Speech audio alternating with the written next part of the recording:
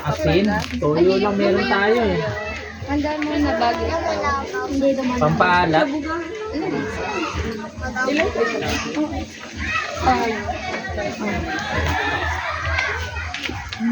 Tapos mo natin tubig nyo ha.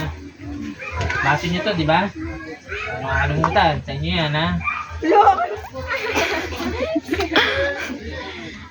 Pagka nawala yan, wala na kayong baso. Ang ganda na kapatid.